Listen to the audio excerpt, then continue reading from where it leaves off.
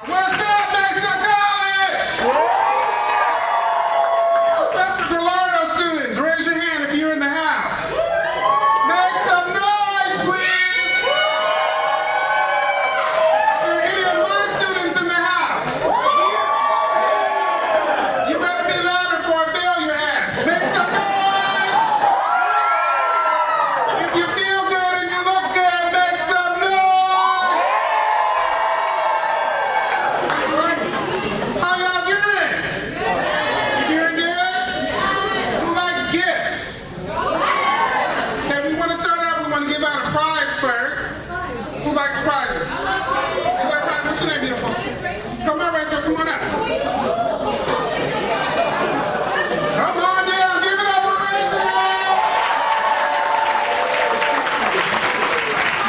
Hi, how you doing? Okay, come face the audience real quick. Okay, our first gift is, do you love poetry? I do. You do? Okay, you're gonna turn around and you have to identify what poet we're gonna put up on the screen. If you can get it right, we're gonna give you a prize. You think you can do that? Okay. Don't say nothing. But we're gonna need the audience's help. Real quick. Hold on, real quick. Who thinks she's gonna oh yeah. Oh, the answer's up there.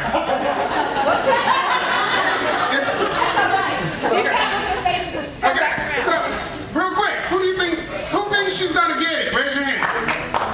Yeah. Who thinks not? Wow. Okay, so audience, I need your help. We're gonna say 1, 2, 3. After on 3, you're just gonna turn around. You got 2 seconds to give us an answer. You got this? Okay, let's go. Audience, ready? Come on now. Ready to go. 1, 2, 3. Yeah!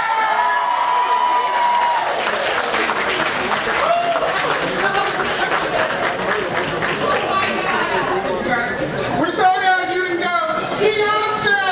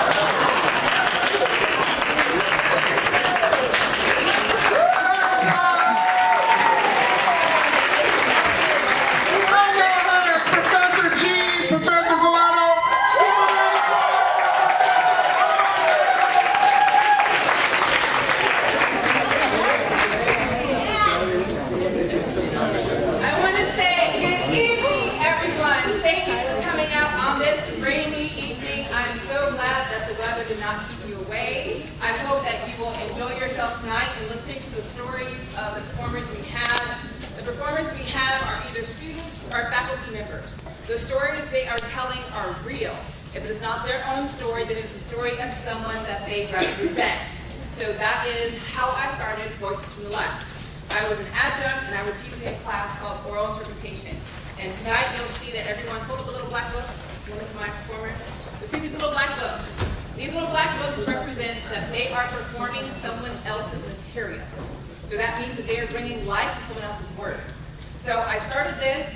I was into Beyonce, one of her songs, To the Left. You don't want something, what do you do to it? You throw it to the left. It's left over. It's left out. It's left on the side.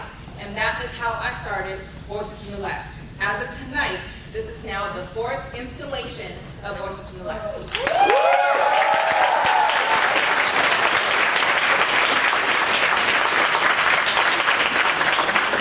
wanted to make a couple announcements first. If you have a phone, you can take pictures, things like that, but please just turn your silencers off so it doesn't interrupt the wonderful performances that we have tonight.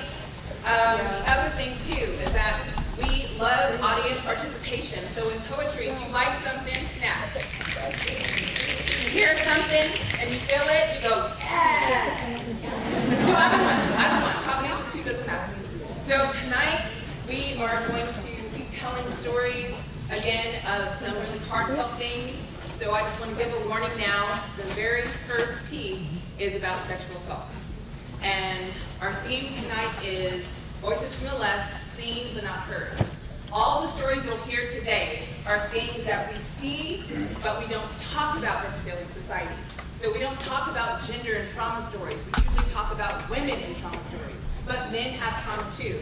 Sexuality, mental illness. These are all things we want to bring to the forefront of conversation. We want to bring these things to the mainstream. And so we decided to put it to poetry. So tonight you'll hear pieces by published poets and by some of the performers themselves. So I would like to say thank you to everyone for giving us your time. My partner in crime is my brother, Professor Bobby Chambers.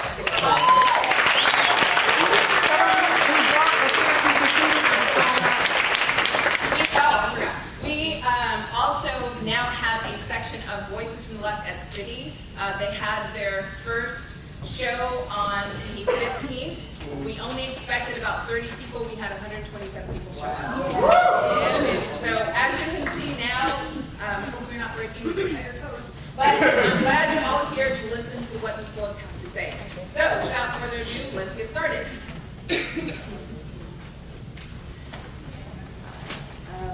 So, hold on. We have some more people that would like to come in, but I don't know where to put them. We have some more people. How about some seats right in front? So they can sit on the ground. Yeah, they can sit on the ground. They can sit over there. So performers, if you don't mind, if we could stand up and give our audience members a seat. Liz.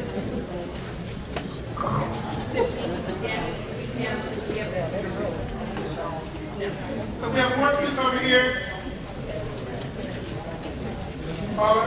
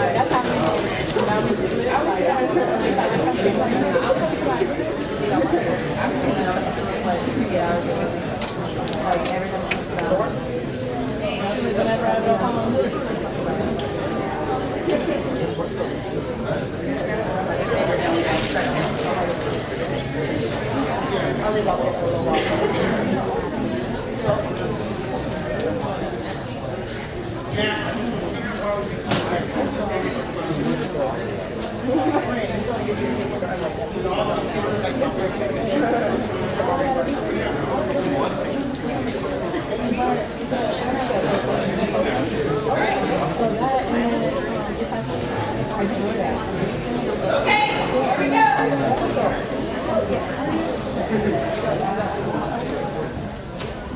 Sexual harm is alarming and common in the U.S. military. More than half of the victims are men. According to the Pentagon, 38 military men are sexually assaulted every single day. These are the stories you never hear because the culprits almost always go free. Survivors don't speak, and the military nor Congress have done enough to stop this epidemic.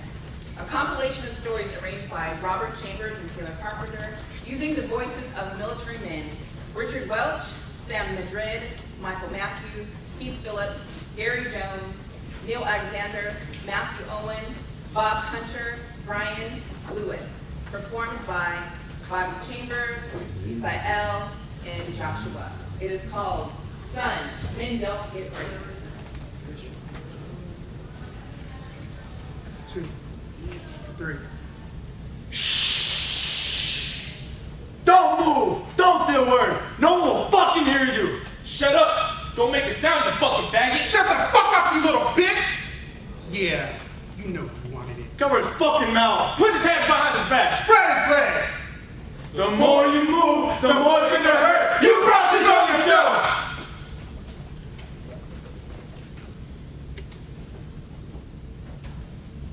I didn't really want to join the military, but my parents thought it would be the best decision for me. I didn't want to go to school and I was at a dead-end job. So I joined. But never in a million years could I have imagined what awaited me. There was these two guys. Their nickname was the Twin Towers. They held themselves like God, untouchable. They were both 6 feet and above, weighed 250 pounds each. I weighed maybe 150 soaking wet. As soon as the Twin Towers came near you, you instantly wanted to pee yourself. Main attacks were at night. When you're being literally dragged out of your bunk, you can't fight because they're twisting your fingers and they're ripping your mouth open, and they got another guy that has his fingers up your nose or in your mouth just to make your mouth open. That's what always used to bother me. I'm screaming, I'm yelling, fighting, and nobody even moving the courage to look. I couldn't take it no more. I tried hanging myself. The final straw was I was taking a shower. And these guys grabbed me, beat me up, and raped me with the toilet brush. Medical told me I probably had a hemorrhoid. They gave me medication and they just sent me on my way. Boy, don't you know that men don't get raped? Boys don't cry.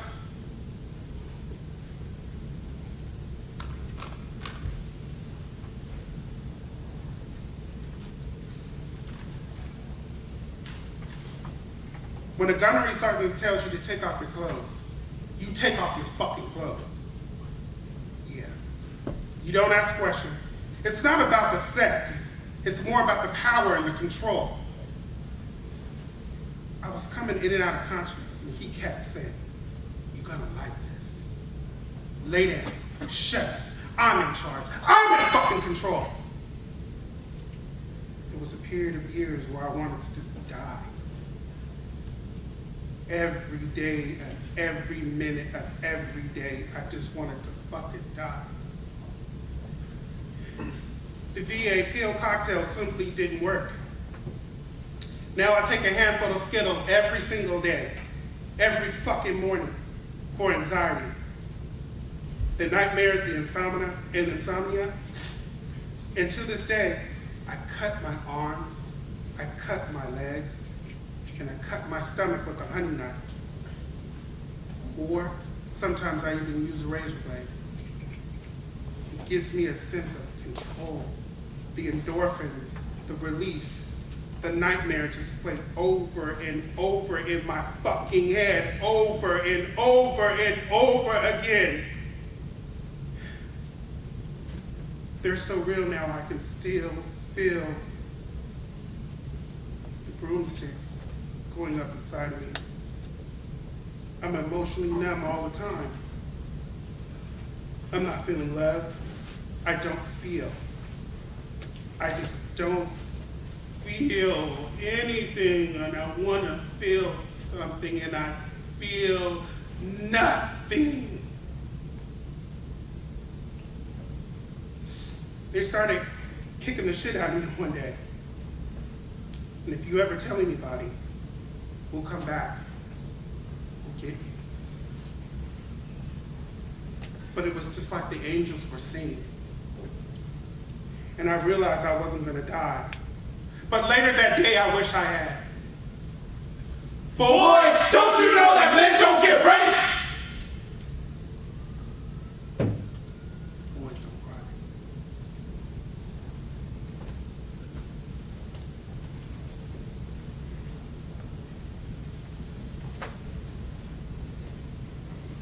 I'm terrified of men. I'm gay, and I'm terrified of men. Can't get a fucking erection, especially since I got sober. I isolate. I don't go to the movies. I can't handle concerts. I have horrible nightmares. Last Christmas, I went to dinner with some friends.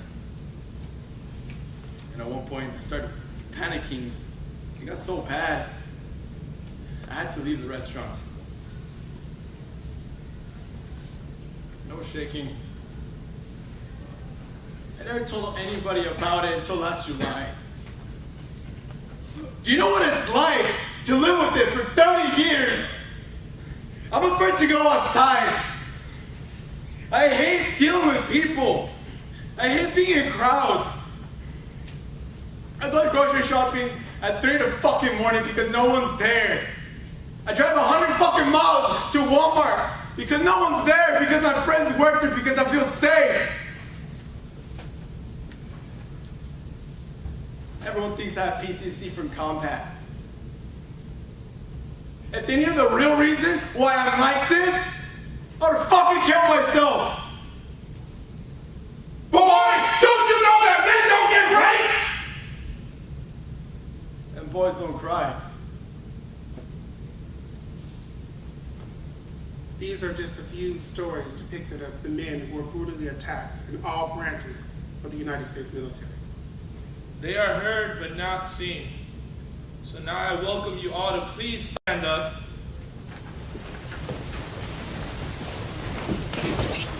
And let's take a moment of silence to honor all the men and women who violently fight to keep us free.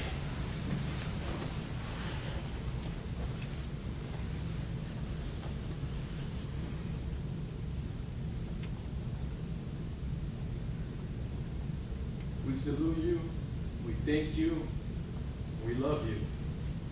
We are Voices from the Left.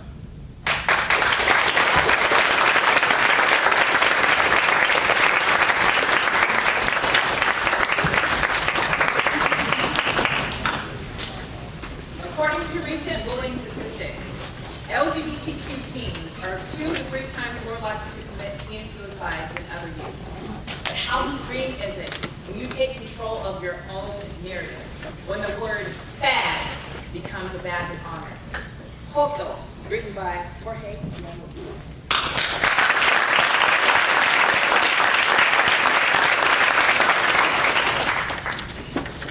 Joto. Jotito, pinche Joto. I heard this word the first time when I was 7 years old. Joto? I asked. Sí, pinche Joto, they would say. They would laugh. They would spit out that word. And they pointed at me, accusing me of being bad. Joto. Jotito, pinche Joto. The sound of this word made me cringe. Joto, hatred, horror, Jorge. It's a damaging word. It's scary. And I have been able to raise those scars ever since I first heard this word. Joto, Jotito, pinche Joto. My dad wanted me to learn how to fix a car because that's what men do. So there I was, and standing next to him, waiting for him to tell me what to do. He asked me to pass him a tool, steel stick, like a jaw like on one end. No idea what it was. And I kept shuffling through the toolbox, emptying out all of them. ¿Qué haces? ¿Qué chingados haces? Hazte para allá, no sirves para nada. His words hurt more than a simple stick or a slap on the face. I was useless, good for nothing. I had failed him, and I failed to be a man. Joto, Jotito, pinche Joto. In my attempt to show him that I was good for something, I would bring good grades home. A's in math and Spanish, first and second places in literary compositions. Look what I brought. Qué bueno, mijo. And he would walk away to continue fixing his car. And the kids at school would yell, pinche nerdo, rarito, Joto, Jotito, pinche Joto. I hated everything about me. My hands, too soft. My voice, too thin. My body, too short, too dark, too fat. I wanted to be tall, slender, white, or like Ricky Martin, or like those hot guys from telenovelas. Joto, Jotito, pinche Joto. I pretended to like soccer. Go Chivas, I would say. I pretended to walk up straight, to look at people, spit out, more like a man. Joto, Jotito, pinche Joto. See, I'm learning now to embrace this word. Joto. It's more like a sound, a melody, my hymn, my nature, in my heart. It is the word that defines who I am. Joto, Joto, Joto. Sí, soy Joto. ¿Y qué?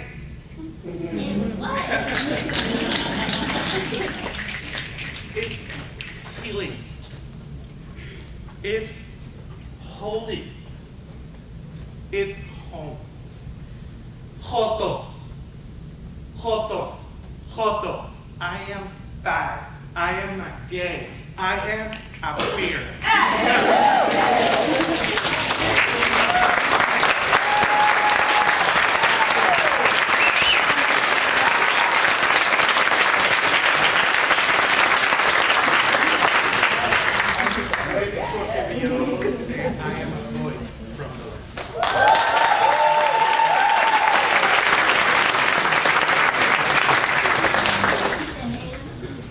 According to the National Alliance of mental illness affects about 1 in 5 adults in the U.S.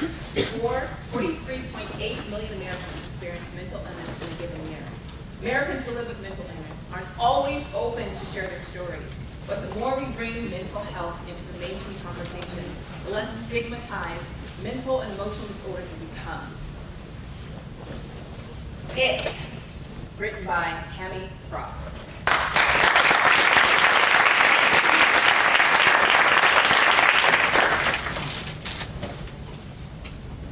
I wear the mask of normal, while inside torn apart. I awake each day not knowing in what mood I may start. As I try hard not to let it take control of my head, some days without warning, it takes all of me instead. Each time it comes to visit, I'm afraid it will show the ugliness and the hatefulness it always has in tow. Each time this feeling hits me, inside my head I shout, please stop, I'm scared, go away, never come back, stay out.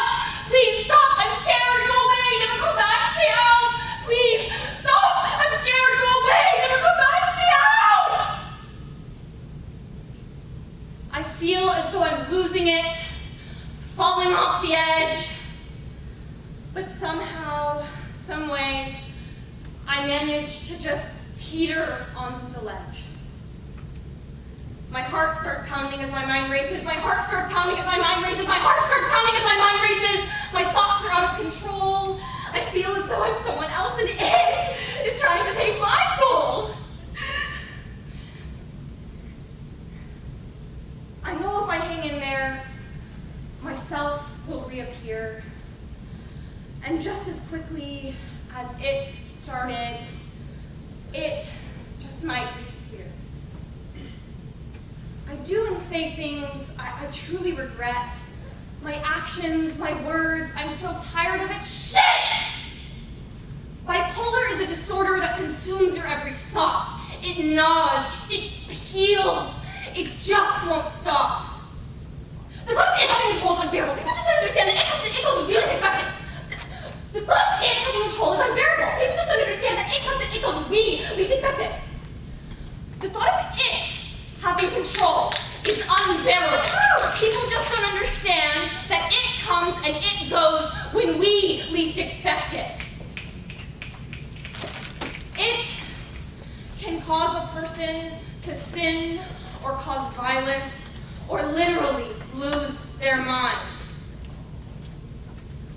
But with the right care and medicine, we, as the holder of it, can live a life as close to normal as we will ever be allowed. Never quit, never give in or up. Tell your story. Don't let it take your voice! Don't let it take your... Don't let it take your voice.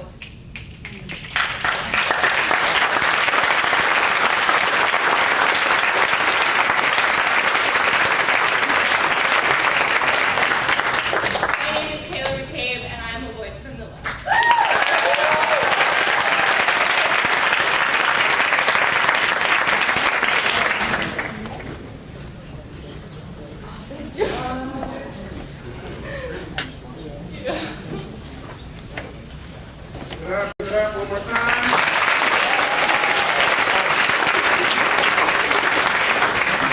How you feeling? Any stories relatable to anyone? Yourself, anyone you know? Yeah? Hell yeah? Hell yeah. Okay, we need to give away. So we need the person. Who's it for me right now? Who are you pointing for? What's her name? Come on up, Faustina. Come on up.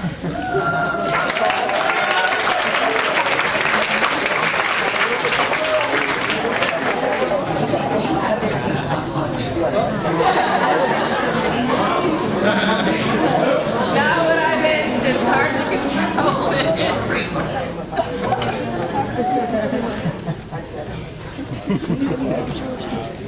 She said, I don't dance. Okay, so we're going to put this on for you. And you go to Mason?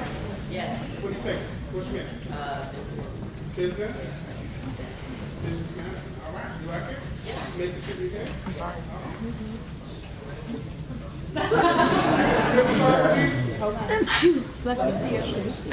So, what are your plans after you transfer to Mason? Where are you going? Okay. Oh, nice. Okay, where are you from? Mexico.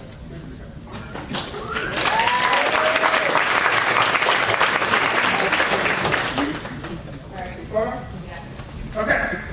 We gotta do a 1, 2, 3. Are you ready? You gotta run back again. So we're gonna have you turn around.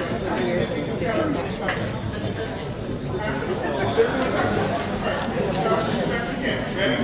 Audience, and 1, 2, 3. It's Obama, the daughter.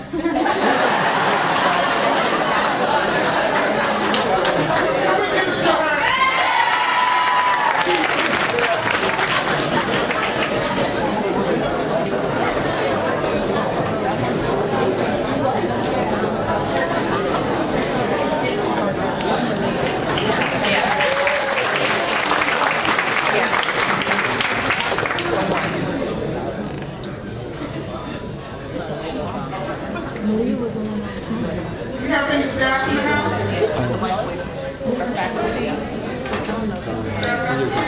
Oh, we have a staff.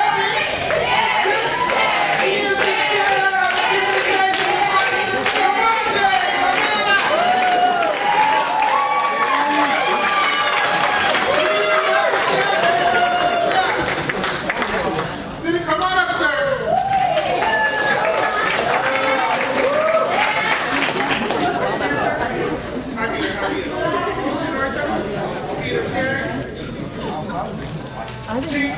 Hold on. I said hands off.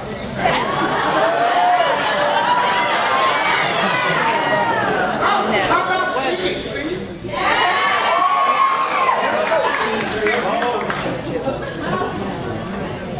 Okay, you got the photo? Okay, one at a time? Yeah. Okay, so our first photo will be for our chair of our communications department. Stand right here. Okay, audience, ready?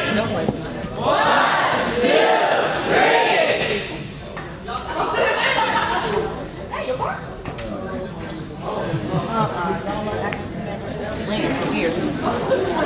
Whoever said one.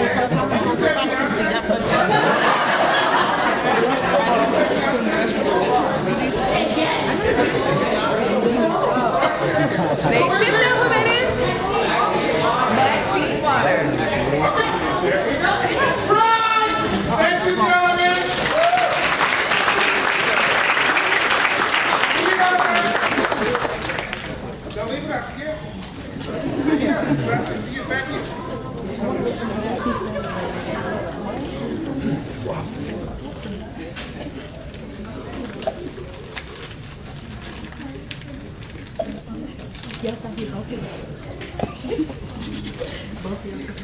Ageism is defined in the dictionary as prejudice or discrimination on the basis of a person's age.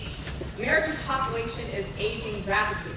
Nearly 1 in every 7, almost 50% of our population is 65 plus. In some communities, these numbers are even higher. And over the next decade, this number will double. Never discount the wisdom of those with silver hair and beautiful mature faces. This is getting old.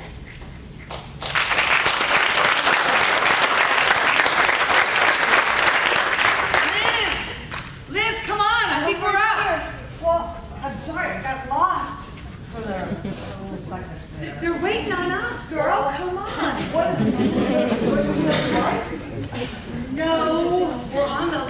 the old bag.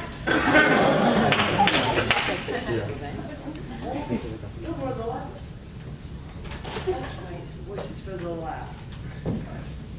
Old bag? Isn't that kind of like the pot on the kettle black?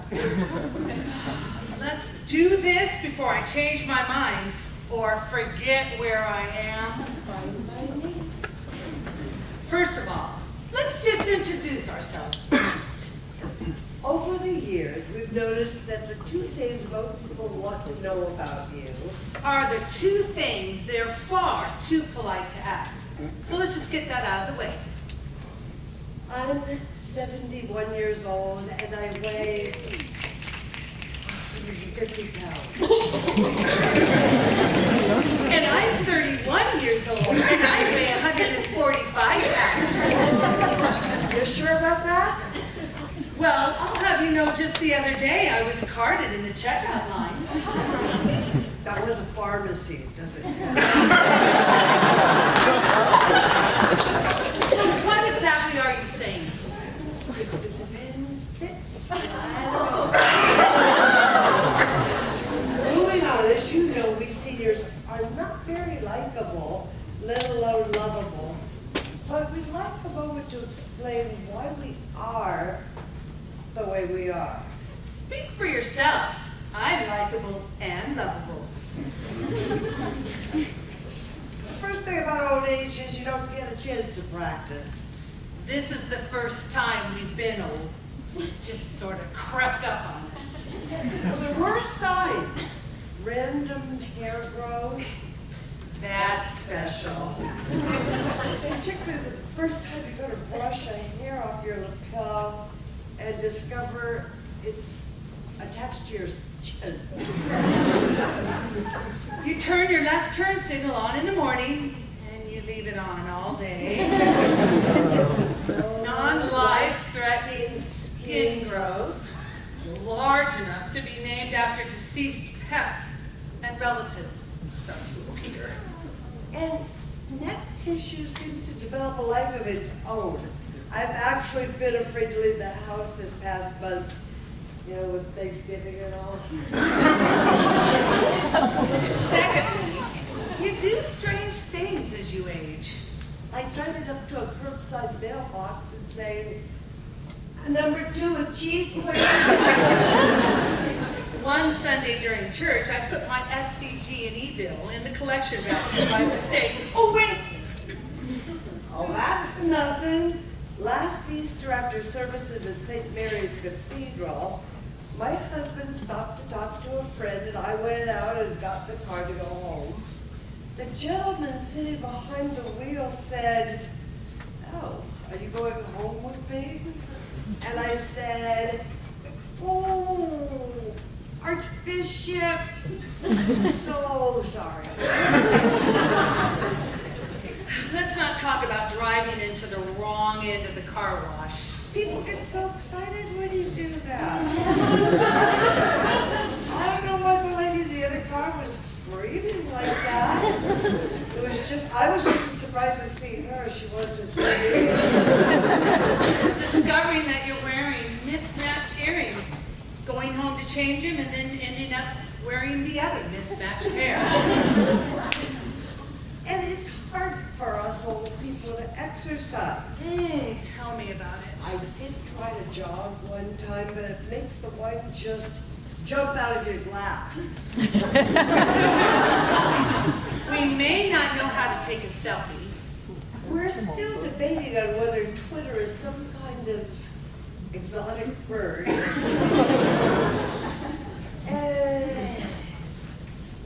What the hell is Instagram? But there are a few benefits to being old. Our car insurance rates are lower, and we get the best parking spaces. That's true, we do. Now that you know a little bit more about seniors, We ask that you be patient.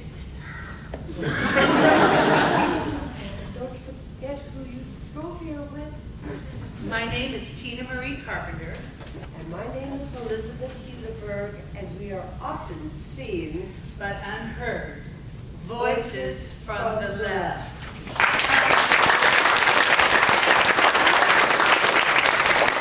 Miss, yeah. Do you remember where we parked the car?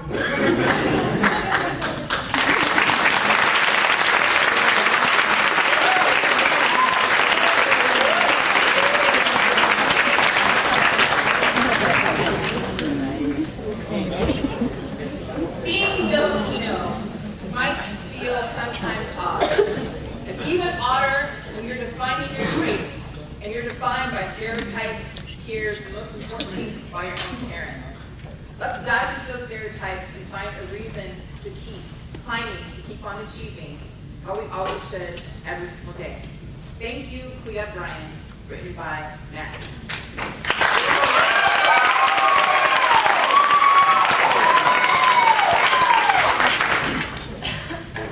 Have you ever found yourself part of a team you didn't like?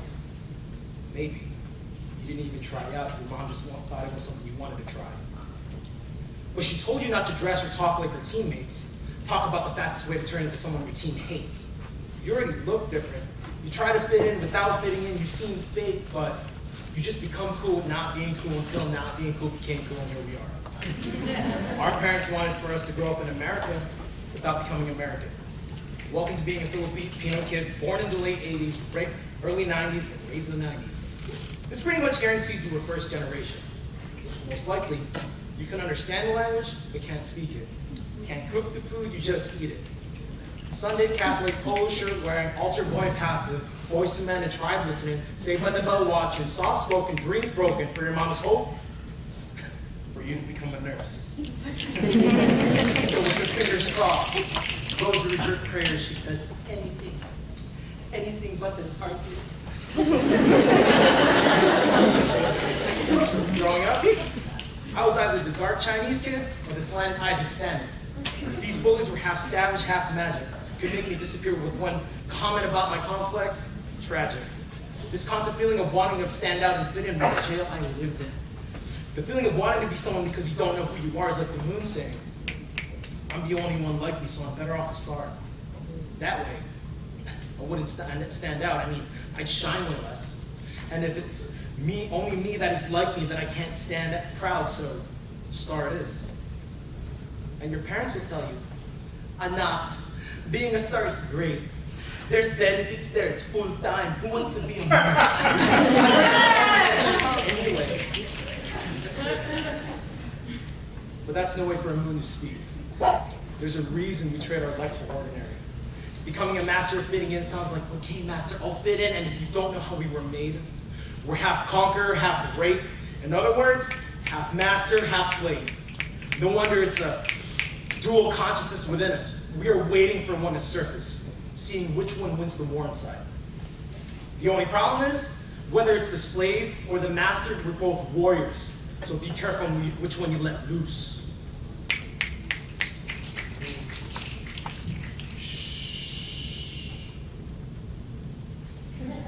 If you listen closely, you could hear 4,000 years of submissive silence of beauty and war between the moon and the stars living inside every single Filipino. Every immigrant whose mother's mother slaved barefoot in fields of rice, so I can have the freedom to decide what I get to do tonight, or for work tomorrow, or play, or how I spend my money, or how I spend my day. No wonder we're all foodies. They say you always want what your ancestors didn't have. It would be a disgrace for those barefooted women who fought for my freedom if I didn't chase my passion. So, thank you to my Lola's Lola and my Lola's Lola for what you did so I could write this poem. And to the kid sitting at the back of the lecture hall, drawing stars instead of moons on textbook pages, ako naiintindihan kita. I feel you, bro. Use this as a math poem. So now, create. Yes. Yeah.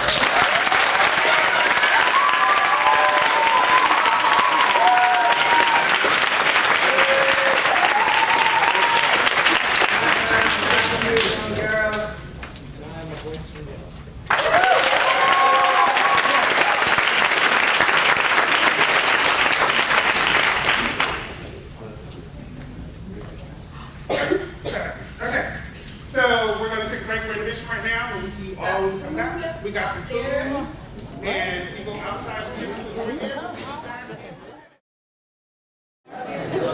I would like to give a thank you to certain folks that came out tonight. So if our chair can stand up, Terry Kohlenberg, we have a gift for you. Thank you. For our illustrious Dean, Linda Hensley, we have a gift for you. Thank you for coming out.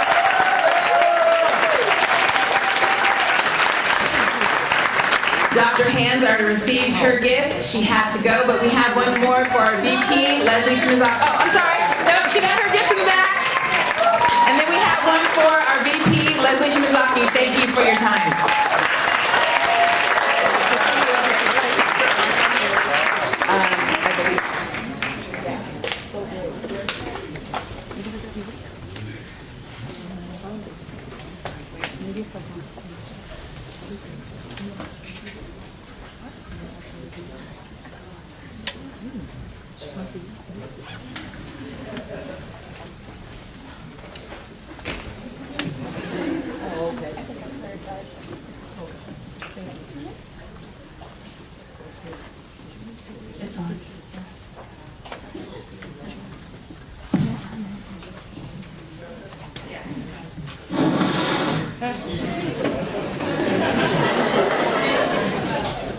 Okay, we got some sanitizer? All right. This next performer is the chair of the Africana Studies Department, Professor Mayasa, who I have the privilege and the honor of working under. I'm teaching COM 103 in the Africana Studies Department. This next piece is a piece I wrote myself, and I knew once I wrote it, I wanted her to perform it. The piece is about losing pieces of yourself and remembering who you are and who you were meant to be. The piece is entitled, I Remember.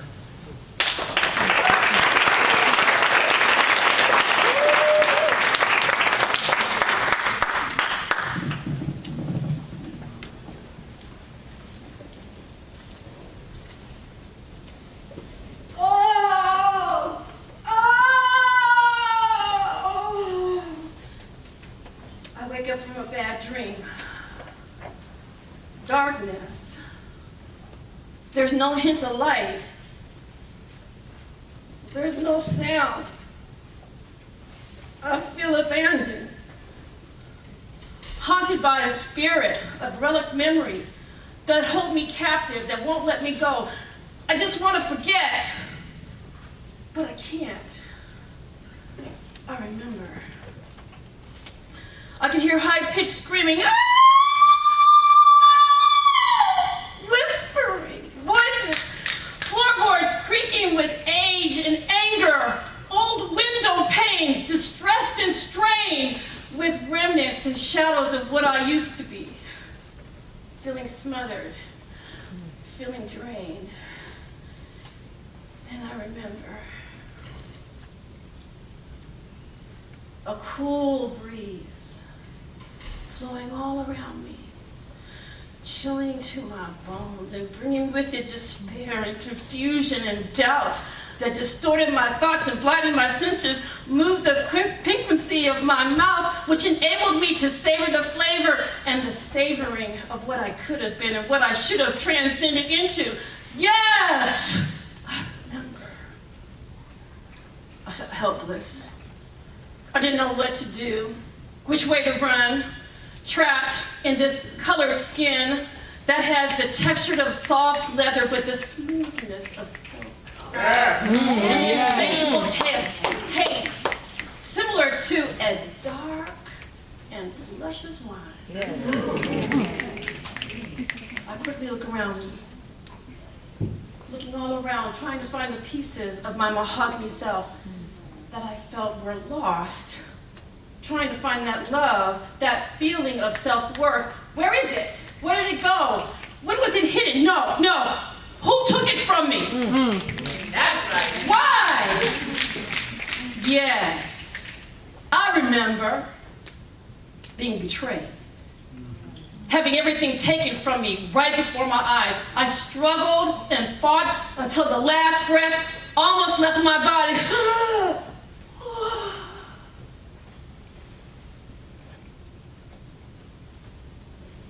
I felt lightheaded.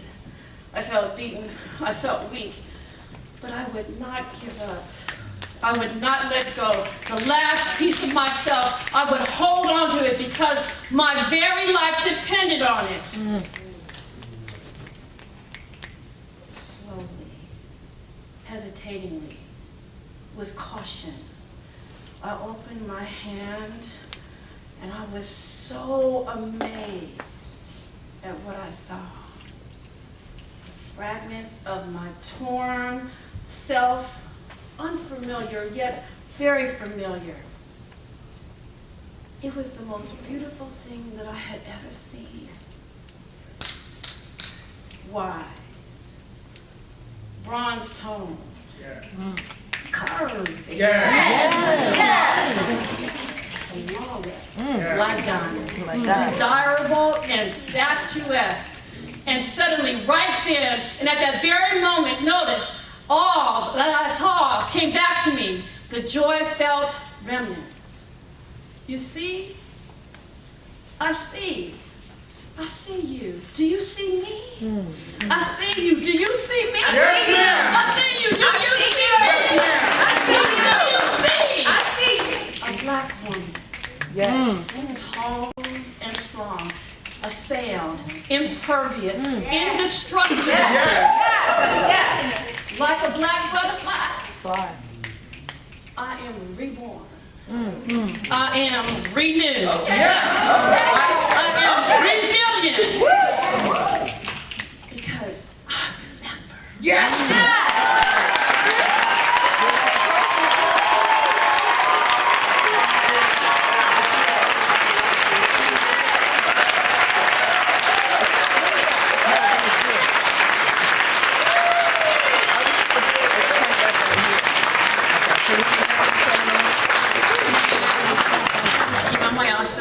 And I have the profound pleasure of being a part of Voices from the Left.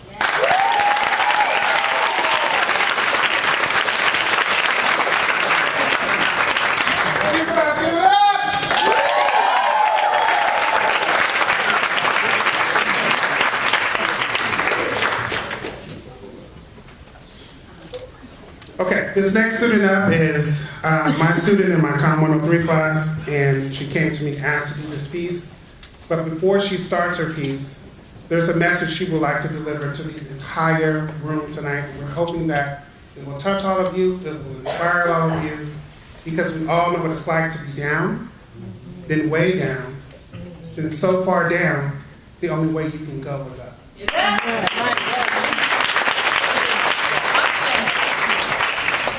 Ladies and gentlemen, this is Tiffany.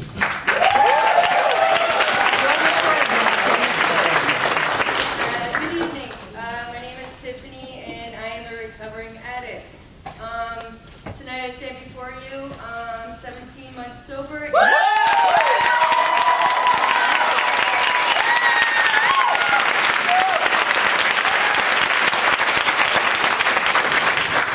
you. That means a lot. But I just wanted to. I really wanted to be a part of this and to face my fears, and I just hopefully maybe I can inspire people that if you're struggling or battling with things, that it's possible to overcome them and face your fears. I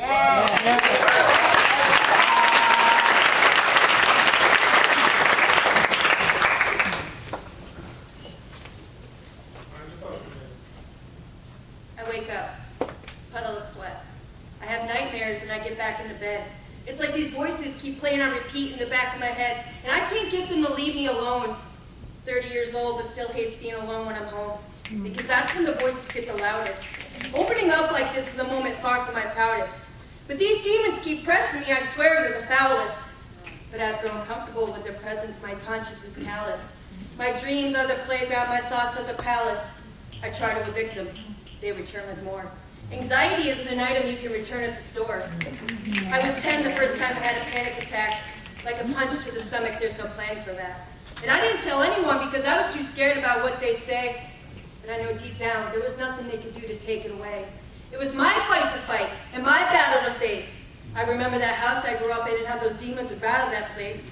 I'd lay awake at night just staring at the ceiling. I spent my whole life trying to run from that feeling of being lonely, that feeling of being lost, that feeling of being sick when the lights turn off, that feeling of being depressed, that feeling of being anxious, that feeling of screaming at God, begging him to take this, only to get silence in return. And I'd lay in that bed crying, and I'd toss and I'd turn, and I'd turn and I'd toss to this day. The doctors gave me medication, the pastor said pray. I tried both, and this anxiety still hasn't gone away. So forgive me if I fantasize about being gone today. I'm an actor who got really good at being on today. But when I turn off, I go right back into the shadows. I'm in the deep end now, but I started in the shallows, and I might just drown myself in these waves. Suburban hell, these homes are all graves. Everyone's coping with something but won't admit it, they're all too afraid. And these kids are glued to watch me, what do I say? If I'm honest with them, maybe they won't think highly of me. Everything they want me to be is what I'm dying to be, but everything I really am is what I'm not trying to be. I want them to know that they're not alone in their struggles. I wake up in tears and fall back asleep in those puddles. And I don't know if I'll ever get out of this valley I'm in. Terrified that all along God has tallied my sins, and if he has, the number must be astronomic. My life is a joke and you keep breathing just past the comic. Because everything that you think that I am is far from the truth. I wish I could open up to you and just let loose. But my vocal cords get tight when the devil pulls on the snooze. And I'm back to keeping everything bottled up inside. But he's not going to keep me pulling the throttle back this time. He's not going to keep me trapped like this. I can't get out of bed. I was never made to act like this. I'm packing up my bags and you can't stop me from running fast like this. I'm not going to be a slave to these voices of anxiety. I'm shoving the devil back for every time that he lied to me. I'm taking a belt to these demons who whisper despair in my ear. And I'm ignoring every naysayer who stands and stares when I'm near. I'm moving forward out of this slip. I took my bruises, I took my lumps. I fell down, but I got right back up. So passing the torch, let's light that up. I'm setting fire to the devil, and I'm dousing these demons in gasoline. Look at you now. Now you're not laughing at me. Now who's the one who's being tortured and poked? Now who's the one closing every door that I want? Now who's the one watching the other burn to the ground? Don't look away from me. You better turn back around. I'm not done talking to you now. I'm watching your moves. I'm on your back, and I'm stalking you too. And when you try to ruin some other kid's life, I'll be stopping you too. You took 30 years of my life and I can get that back.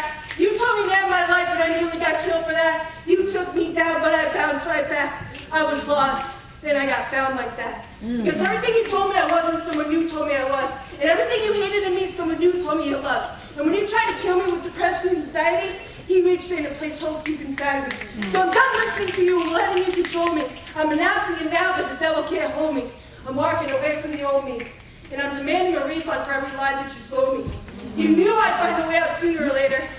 Found my escape in the form of a savior. Yeah! Give it up! Stand up! Stand up!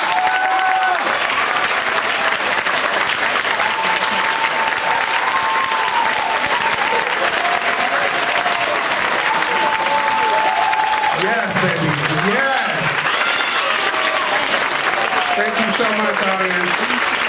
I have one question, Tiffany. Who's your teacher? Who's your teacher? That's right. That's how we get it, right? 103? Real quickly, tell the audience what this class has done for you. Did you see what I just did? Yes. Yes. I'm so grateful. Thank you. All of this is a result of like my recovery. You know, I wouldn't be here if I was still, if I didn't face it. Yes, ma'am.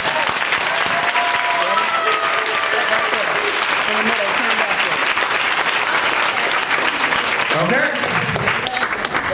We love her. We know her. Who knows she don't play? Where's G students at? Who knows she don't play? One thing we teach is confidence, right? If you don't learn anything from 103, we want you to be confident. So I think confidence is all in the way you speak, but it's also in the way you move or the way you walk. Start us out, Gene. Yeah.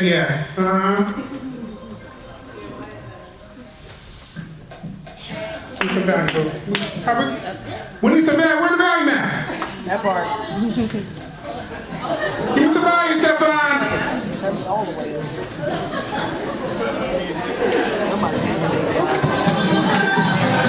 Let's go back and try that again. We're gonna try that again. Put your hands together for Professor Gallardo. Give me the model walk. Give me the stance move before you start. Yeah. What? Hit it. Show them attitude, boo. What? What? Can we get a snap on the right hand?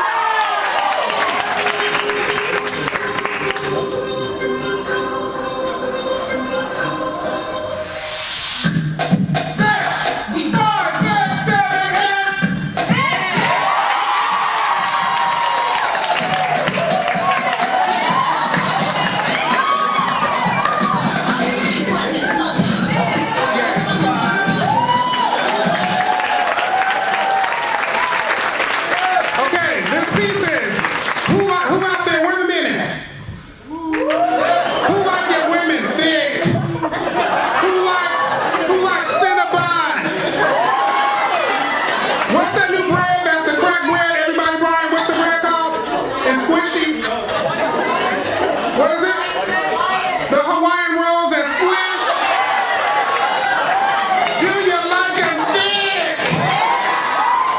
Ladies, do you like your men thick with some meat? Carne asada. Cheese, sour cream. You just came home from the club, you turned up, it's 2:45 in the morning, and you need some meat. Okay? This is what this next piece is about, entitled Fat Girl.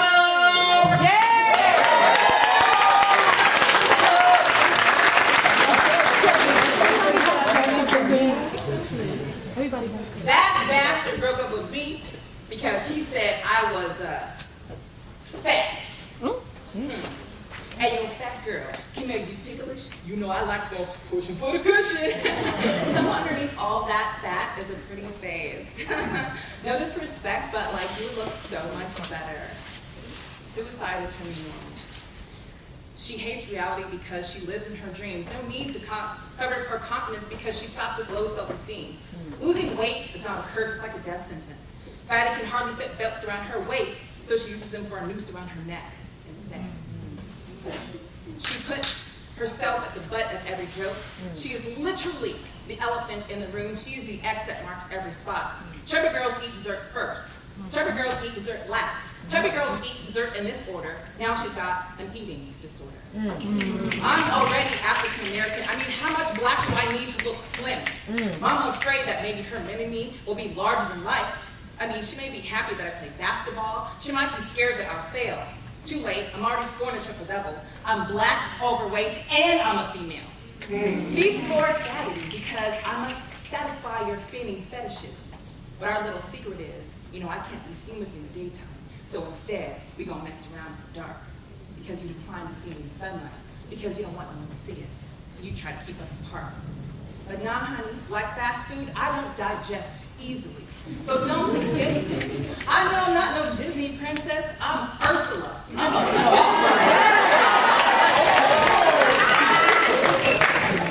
Girl T made me a self-made boss, so I wait on my Burger King when he puts me in my white castle. Hey, sweetie, hold on. You gotta make room for all of these hips because I know, baby, I'm an aphrodisiac. You see, her friends talk behind her back. If that chick got a man, he'd be like David Blaine magic. You know, she's up top like SpongeBob, and on the back, she looks like Big Ass Patrick. But she can't get a break unless it's a Kit Kat, you know. She don't want one, she wants two. But now she's been trimmed because Drake said he likes BBWs. A man can't live off of bread and appetizers alone, so maybe he might want this buffet. Keep thinking about them small flat screens all you want when you know you want my wide 62 inches. So listen, fat girls. I want you to walk, honey. And you take whatever life commits. And I want you to let them know that he don't want to be seen with no girl. Yet he's craving to know my recipe so he can put his spicy hotness on my thick thighs. He also calls them my biscuits. No matter how much makeup she puts on, you can't cover girl these plus size insecurities. Sorry, fatty, there's no such thing as big boned. BWA, you know, black girl with an attitude, you come across as real rude, but it's only because she's trying to guard her heart.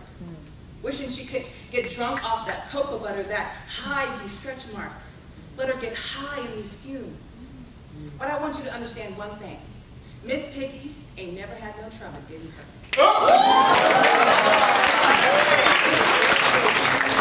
So next time someone calls you fat, you look him dead in the eye, you give him a pose, and you say, "Aunt."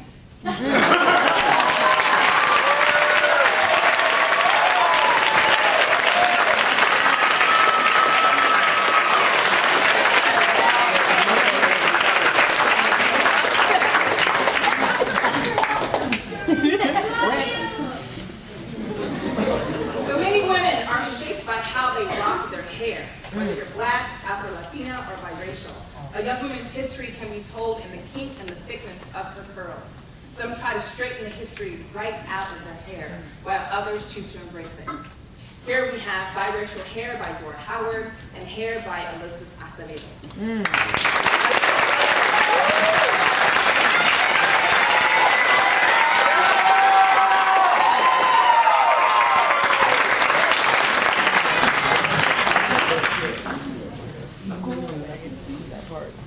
Hello.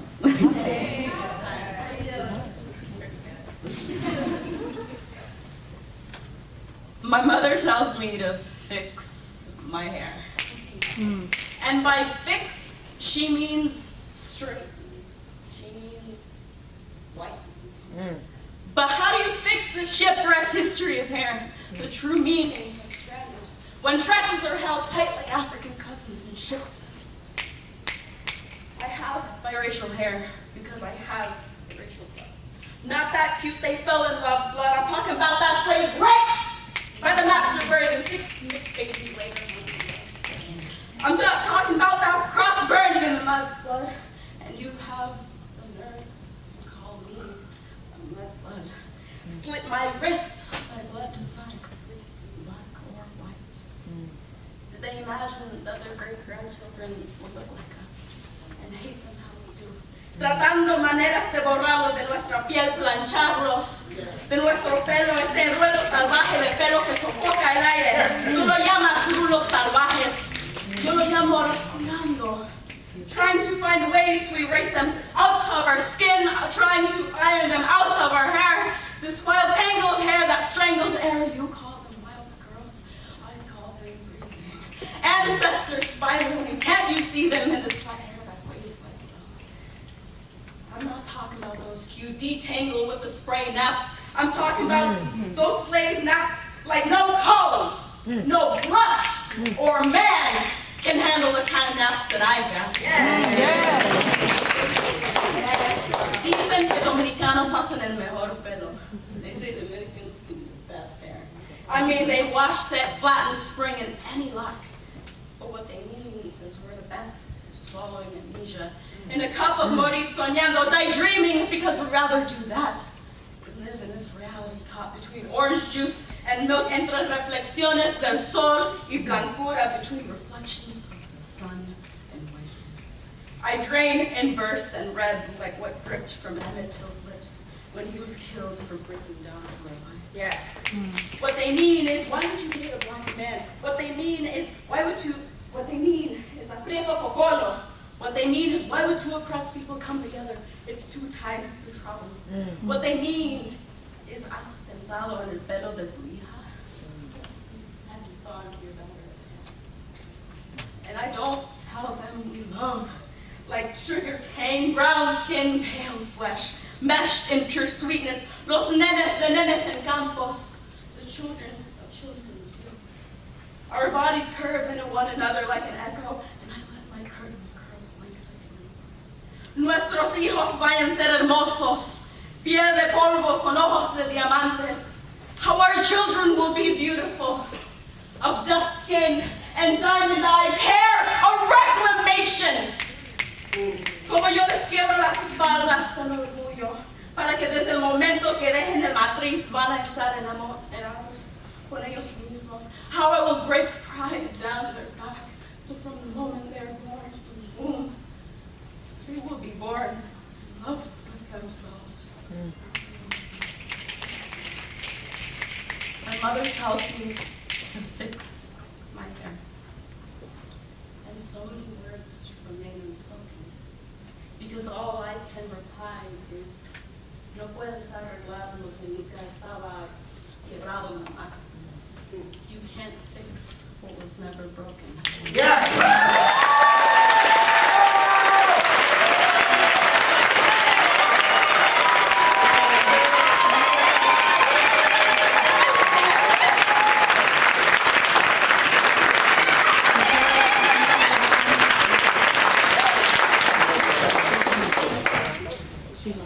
My name is Dana Michelle Smith Maldonado, and I am the voice from the left. Okay, next up, G is going to give out another giveaway. We need, how many people we need? 2.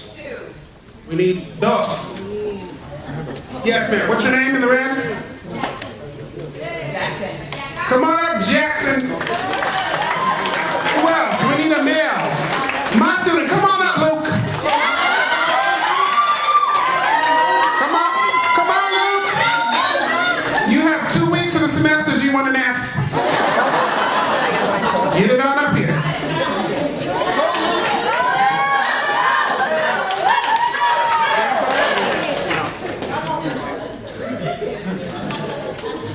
Same thing, we're gonna put up a photo and you have to guess who it is. The first one who says it. Can you do that? Can you both introduce yourself to each other? Jackson, are you single? Luke is single.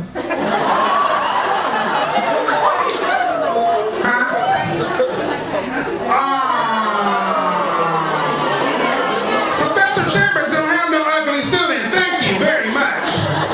No, I'm kidding. I'm kidding. We're not. No, I love Luke. Luke is one of my favorites.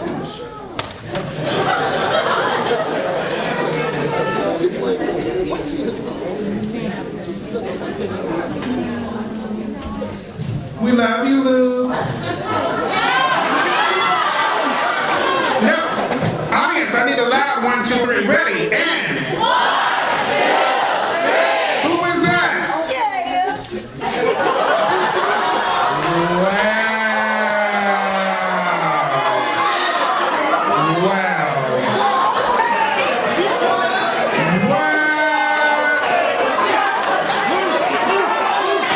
Just sit your asses down. Just sit down. Now give them a round of applause. Who is that, audience?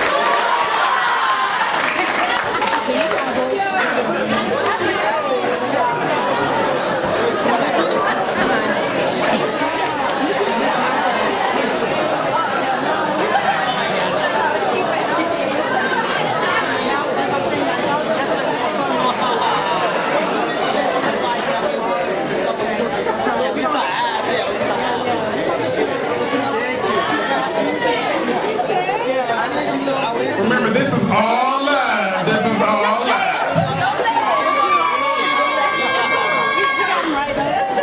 You are a person of color in this society. Are you seen? No. Hell no. Never. When I walk down the street, my brown skin is seen as a weapon before I even open my mouth. Back. This next piece, written by Taylor Carpenter, discusses just that. When someone says they're colorblind.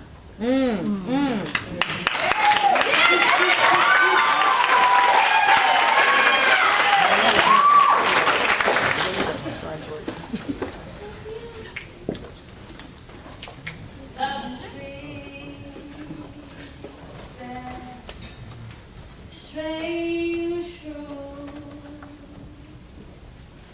blood on the leaves and blood at the roots. Like finding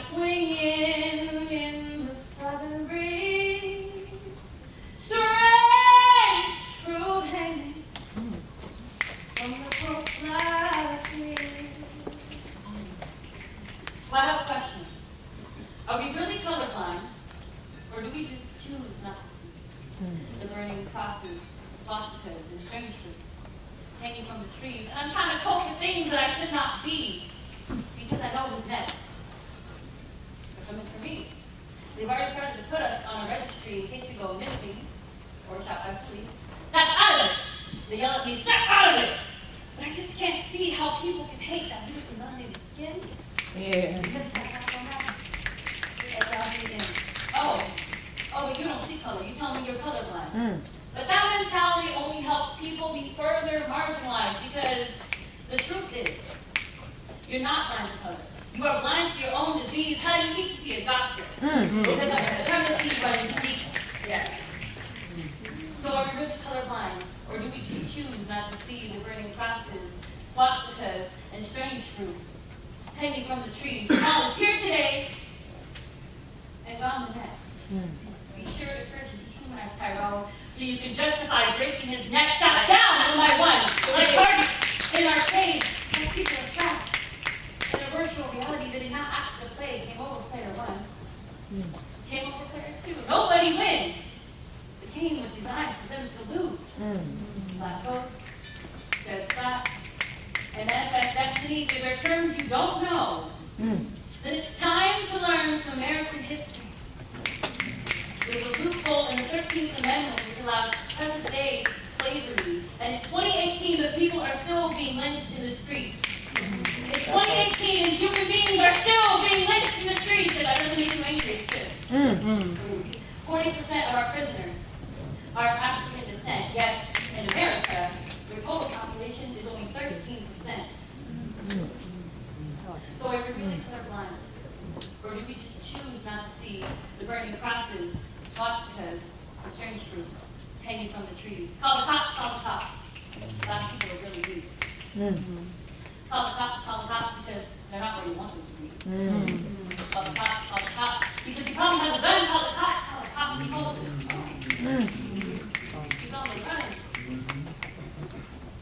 Mama waits patiently for her son to come home. The ringing burns her ears as she answers the phone. Why her child had to die. They cannot explain. She has to go to the morgue to identify the remains. After all, this is the land of the free and the home of the brave. This is the land of the free and the home of the brave. This is the land of the free and the home of the brave. Let's tell that to the grass that has been watered by a black mother's tears. Yes. And the child's grave. So are we really colorblind? Or do we just choose not to see the burning crosses, swastikas, and strange fruit hanging from the poplar trees? I'm Taylor Carpenter, and I'm Boston.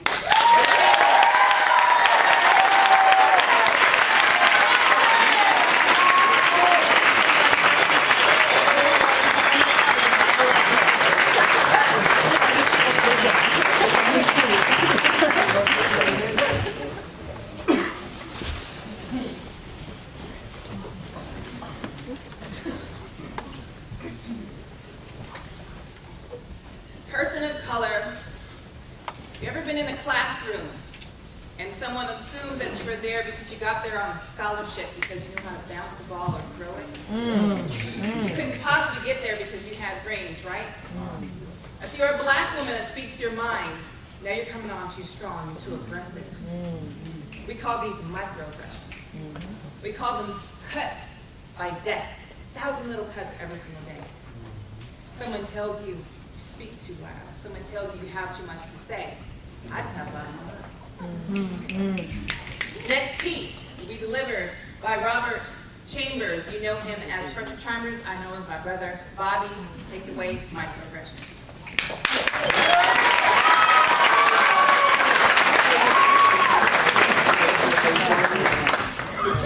Younger brother.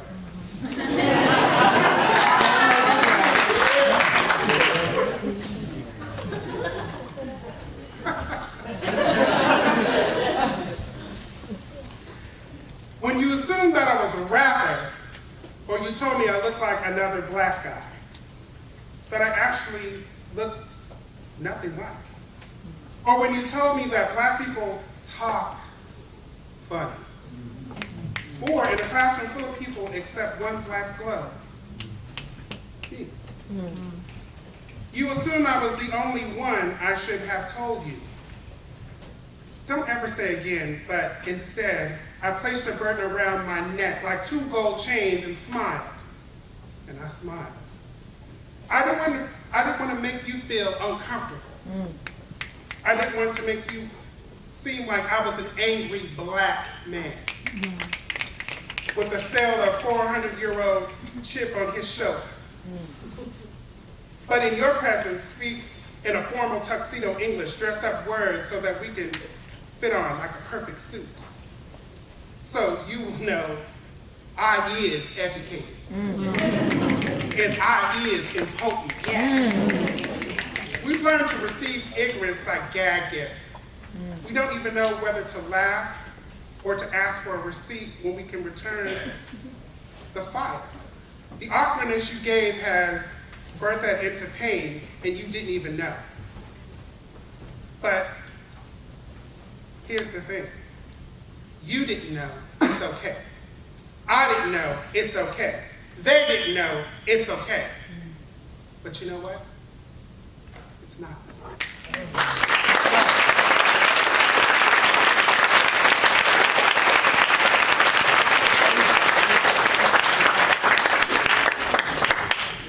This next young lady, one of my students as well, and her name is Asia Smith.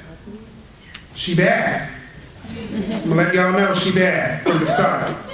I saw her perform in my class, and she did this piece for a poetry assignment that I assigned. And it was without a doubt, not only to myself, but her classmates, that this young lady had passion and a lot of talent. Her piece is entitled, Ordinary Black Girl? Average Black Girl. And it talks about how so we are looked at sometimes when we talk proper English, that we're trying to be white. But when is white equate to talking right? Right? It's just English the last time I heard. Is that not right? That's right. Ms. Smith, come up and educate, elevate, and inspire. Ladies and gentlemen, Asia Smith!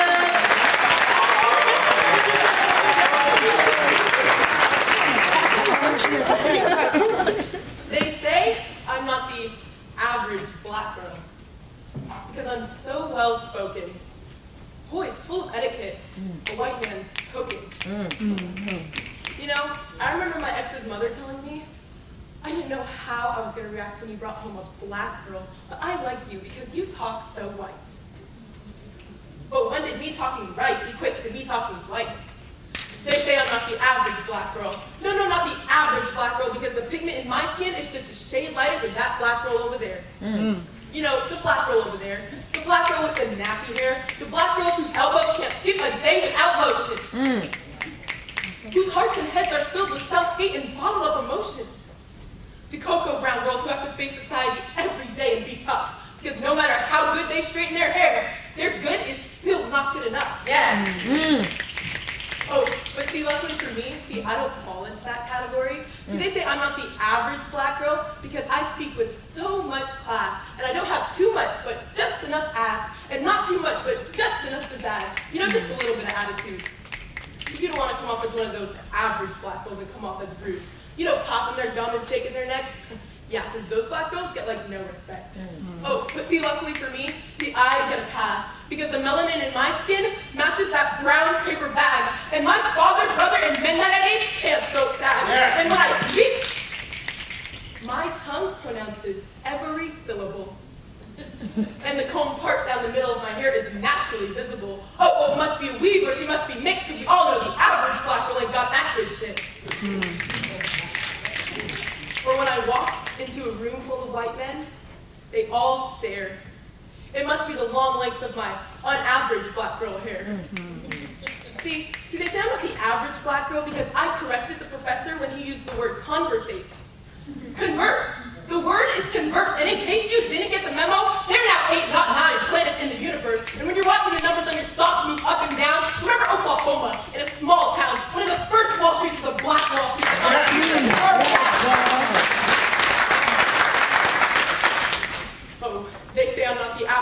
black girl. Well, let's flip the script and rewind this shit and repaint the line that's been blurred over time because the average black girl that I know, see, the average black girl that I know made 19 trips through the Underground Railroad.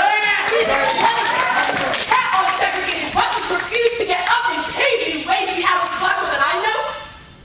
The average black girl that I know were Egyptian queens like Hatshepsut and Nitocris who were ruling dynasties and whole armies of men. Excuse me while I set fire to the smoke on my pen because I am tired.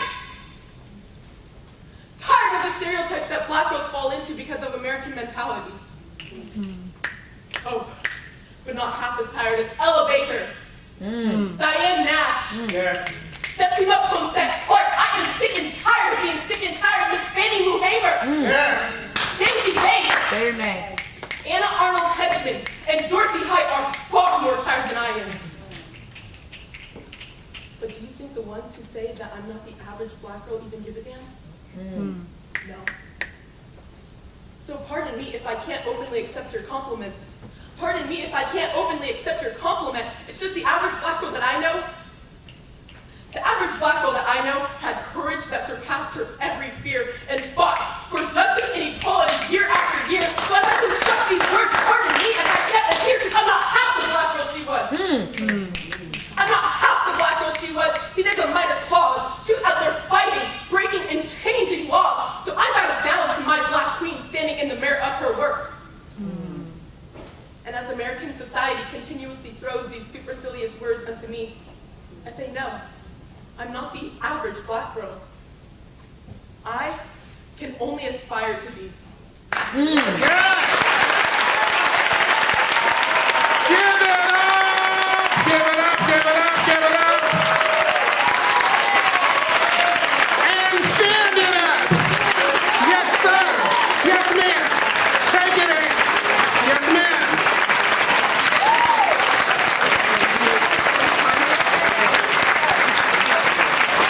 Thank you. Please be seated. Can we have the entire cast come up and stand behind Angel, please? All performers?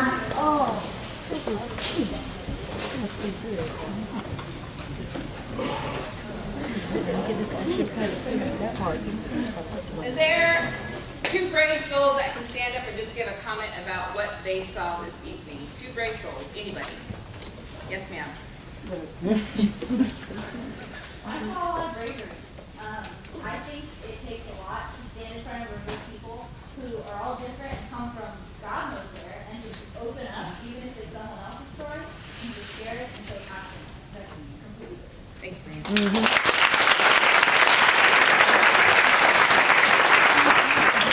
I also wanted to comment on if you walked into this room and instead of looking at the speakers, looked at the audience.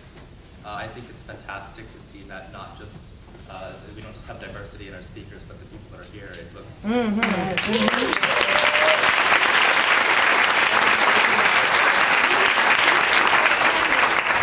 sorry, ma'am. You had your hand raised. Yep. I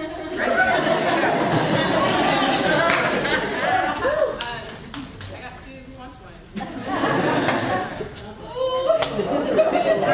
So usually I perform, but I didn't actually go up this year, and I just want to applaud you guys because I know how hard it is to go up there and share your story, especially when you've never told it before and your voice has been suppressed. And so I just applaud you guys because. We're good. We can take some more comments from other people. We're good at time. So anyone else? Yes, can you stand? Can you also tell us that one piece stand out to you, and if so, why? The last one, and every single one, but the last one is the most vivid in my mind right now. But I just want to say you all are role models. You know, you're so strong. And this is my second time coming, and I was into King of Thousand, and I just want to cry for every single one, but I'm trying to be strong. Either way, I'm so inspired, and I love your passion, and once again, thank you for being our role model.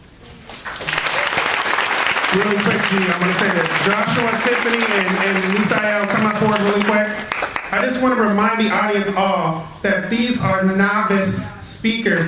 They have no training whatsoever except COM 103. No training.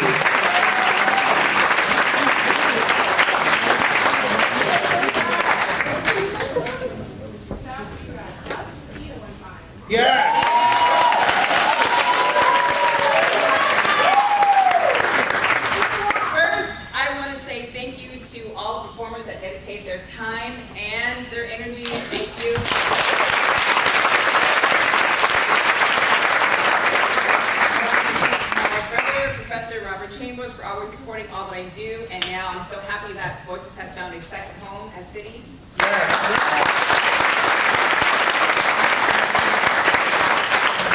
I'd like to give a huge thank you to C-Day and Miss Dr. Judy Sandayo. Yes.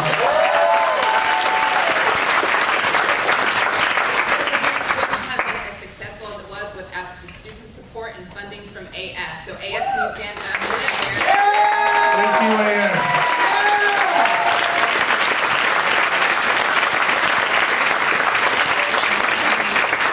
I want to give another thank you to, and she's going to hate me, but I don't care, Dr. Waverly Ray. Yes! Stand up, Waverly, stand up.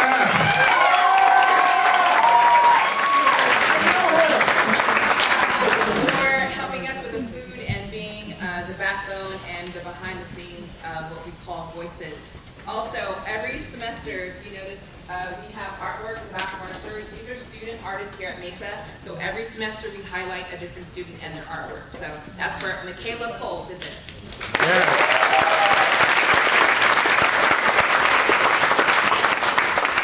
Lastly, this part is always going to be strong. You can always get money. You can always get things. But the one thing you can never get back is your time. And you gave us your time tonight. Thank you.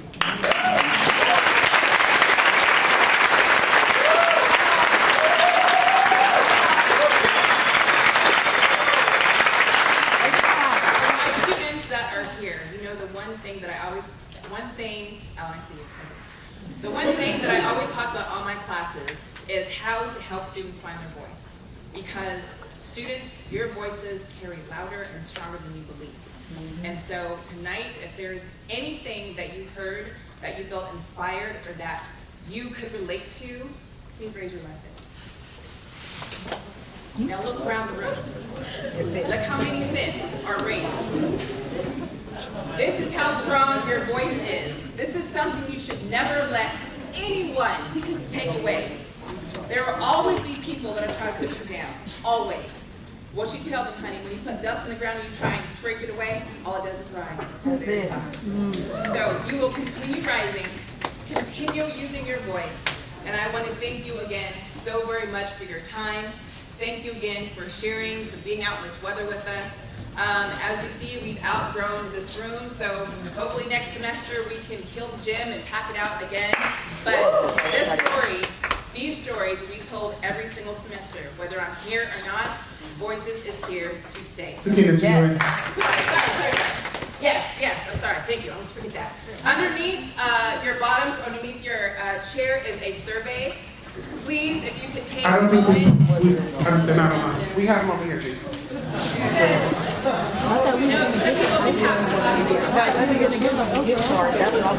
Please, if you could take a moment to fill out these surveys, it does help us. So if you want to see more events like this, or everyone that that's what I said. I felt bad for you.